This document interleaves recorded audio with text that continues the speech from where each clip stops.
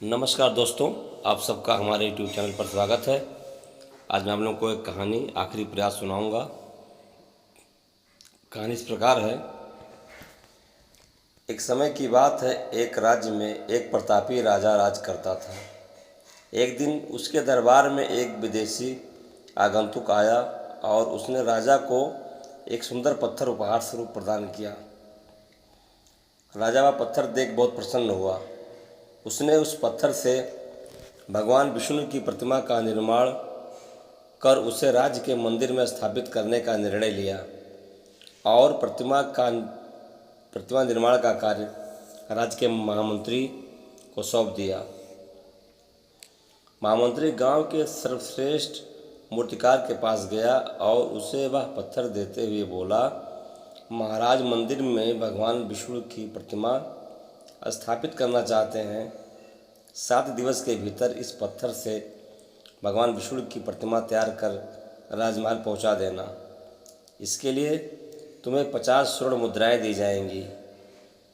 50 स्वर्ण मुद्राओं की बात सुनकर मूर्तिकार खुश हो गया और महामंत्री के जाने के उपरांत प्रतिमा का निर्माण कार्य प्रारंभ करने के उद्देश्य से अपने औजार निकाल लिए।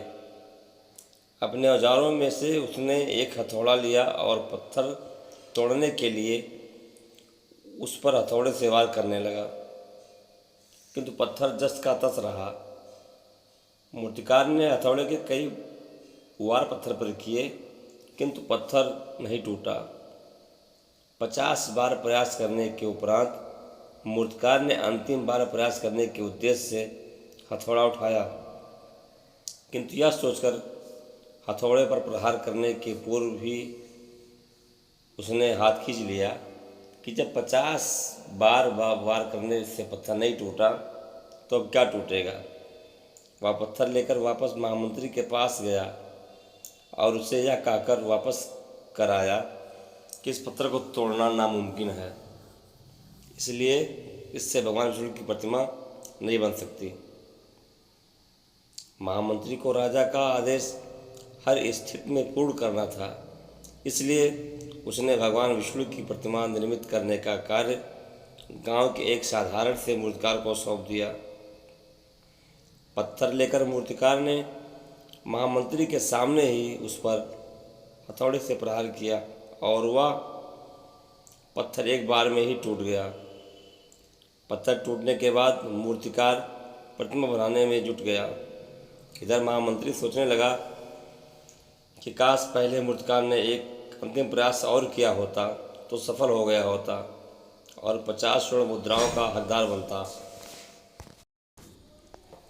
मित्रों, इस कहानी से सीख मिलती है कि हम भी अपने जीवन में ऐसी परिस्थितियों से दो चार होते रहते हैं। कई बार किसी कार्य को करने के पूर्व या किसी समस्या के सामने आने पर उसका निराकरण करने के पूर्व ही हमारा आत्मविश्वास डगमगा जाता है और हम प्रयास किए बिना ही हार मान लेते हैं।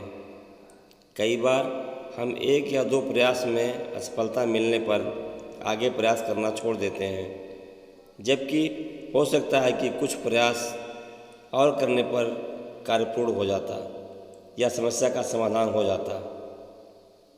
यदि जीवन में सफलता प्राप्त करनी है तो बार बार असफल होने पर भी तब तक प्रयास करना नहीं छोड़ना चाहिए जब तक सफलता नहीं मिल जाती।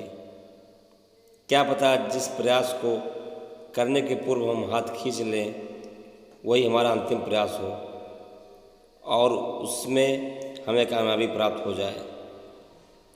मित्रों, यह कहानी कैसी लगी आपको? कहानी अगर पसंद आई हो तो हमारे चैनल को सब्सक्राइब कीजिए, साथ ही साथ बेल आइकन बटन को प्रेस कर लीजिए, जिससे हमारी आने वाली कहानियों का नोटिफिकेशन आपको मिलता रहे। और वीडियो को ज़्यादा से ज़्यादा लाइक कीजिएगा, शेयर कीजिएगा और कमेंट कीजिएगा। बहुत बहुत धन्यवाद।